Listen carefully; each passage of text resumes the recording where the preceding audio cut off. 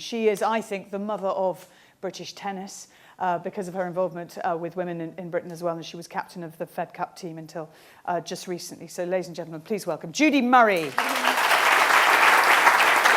I think nowadays parents often have more money and less time, and you find them paying people to play things with their kids. They put them into coaching programs. So kids don't necessarily, if I was talking in tennis terms, they don't necessarily learn how to play the game. They learn how to hit the ball, and it's quite different.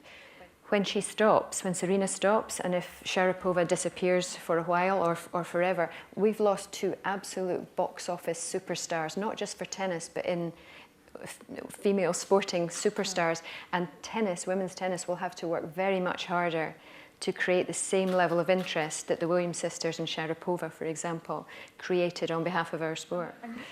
Do you think, therefore, that tennis can create just a better structure? That parents who do think, look, my kid's really enjoying this, they could be really good at this, can actually get them in some sort of local programme that isn't going to cost a fortune and is going to give them a bit more of a team environment, so you're not always feeling like you're striking out alone? Yeah, I think there needs to be a big push now on growing the game at grassroots, making it more fun and attractive to get kids in, making competition more informal. Our tennis competition for children is too serious too soon, and it's off-putting, and it's for the most part individual. There needs to be more team stuff, there needs to be more doubles, it needs to be mixed also with other things. You know, to be a good tennis player, you need to be fast. So let's have relay races as part of it, you know, in your team. Let's have water bomb, pass the water bombs, it develops soft hands, you know, so it develops the skills that you need for tennis, but it's fun. The kids don't need to know why they're doing it. You create the things that let the games do the teaching for you. This is like a huge philosophy of mine, is about, you know, about making it fun. So I want to see lots more informal fun competitions, team competitions, and I want to see more support for parents. Because parents, as a sport, we are relying on the parents to make things happen for the children. So let's support the parents more, by whether that's information or resource or education. And I think about our sport getting far too technical too early. Too technical, too serious, too early.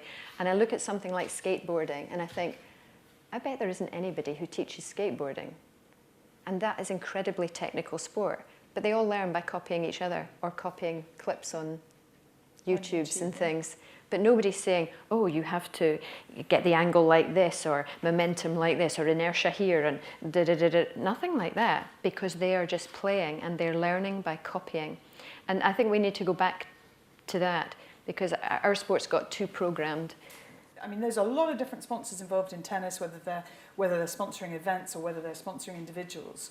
How much of that drip feeds down to the sort of stuff you're talking about, the grassroots stuff, the stuff that really much younger kids? Well, I think it would be nice to see more of that happening, because I think the big sponsorship you probably see more attached to either players or events, because that's where the payback is. But actually and I suppose it depends what your product is, but if you're any kind of fast-moving consumer good, you're prime for families and for parents, because the parents that are going to buy it, whether it's washing up liquid or Heinz beans or whatever. But actually, if you're trying to get to those people rather than just people who watch it on the television and get them out and trying it, you know, all these kind of fun days that could be attached to big events are a great way to bring people in. Showcase our sport by showing, here's how you can help your child to play it. Parent and child days. Show them what they could do at home to help their children to develop the skills for what is a difficult sport. Our sport is a difficult sport for people starting out. You know, you need to be able to handle a bat. You need to be throw, catch a bouncing ball. Nowadays, children do this all the time. Often, children are coming into our sport at entry level without the basic coordination skills. You have to teach them the coordination skills first before you can even help them to hit the ball. At starter level in tennis in this country, we have 4 times as many boys coming into tennis as girls. When it gets to competition, it's the same, 4 times as many boys as girls, but 10 times as many male coaches to female coaches, especially when you get further up the coaching ranks. And I think there's a direct correlation there between female coaches and female players. If we had more female coaches, we would attract and retain, I think retain is the important thing, retain more girls in the sport simply because women understand better the needs of little girls.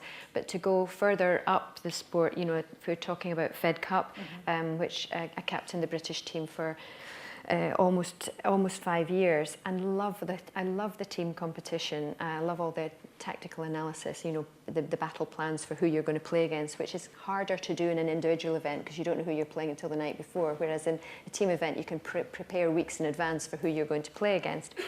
But I understand that team events are what make competing fun to fans and to the people who take part. And we don't have enough of them in tennis. And for us, Fed Cup, we play in February every year in a zone of 16 teams and somewhere obscure that nobody comes to watch because it's right after the Australian Open. No media come. So we create our own media through social media, and we did it, and through the women's magazines. We have the snazzy dresses, the team stuff. The girls love getting dressed up. I'm not so keen on it myself, but you know, but it's part of it. You have to showcase your sport and your players in a way that women want to read about. And just finally, you've got a room full of industry leaders. If you could ask them to do anything to help, that you think would help the progress of tennis, or anything that you think would help women's sport, which matters to you a lot, what would it be? I think spreading tennis into more areas where it perhaps you wouldn't normally find it, new markets of it. And I think to do that, it's all about building a much bigger workforce of people who can deliver activity. And that doesn't need to be coaches. You know, it could be people who run fun competitions. It could be people who take tennis or tennis-y skill type stuff into schools and then transfers in.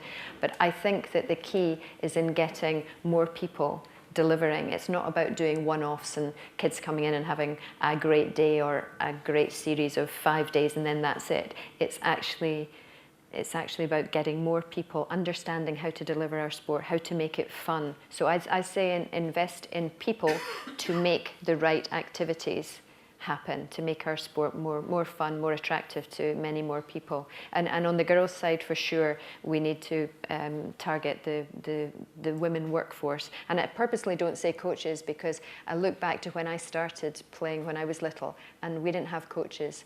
And I learned to play tennis by playing with my parents and then by playing with people at the club.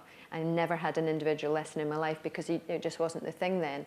And I got to a very good level by learning to play the game by playing the game. And the people who ran the club, whether I was badminton club, we had no indoor courts, you played badminton in the winter and tennis in the summer. And I played for Scotland at tennis and at badminton. But the people who ran the clubs where I started, they were all just community people. They weren't coaches or qualified or anything like that. So this, I think, is why I'm such a big believer in sharing everything that I've learned and making it simple and fun and engaging.